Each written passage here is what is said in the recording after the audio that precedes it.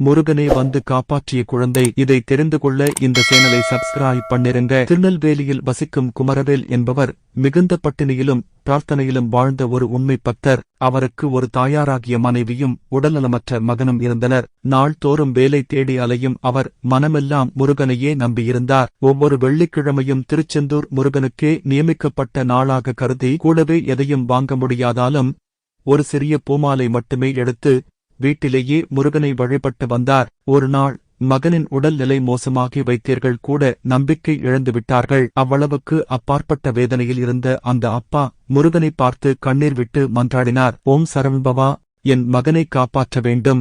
நீ இல்லையெனில் எங்களால் இதை தாங்க முடியாது. அந்த இரவு அவர் கனவில் ஒரு ஒளிமிகு வடிவத்தில் முருகன் தோன்றி புன்னகையுடன் சொன்னார், உன் நம்பிக்கையே என் வரம். நாளை காலை உன் மகனின் நிலை மாறும், பயம் வேண்டாம்.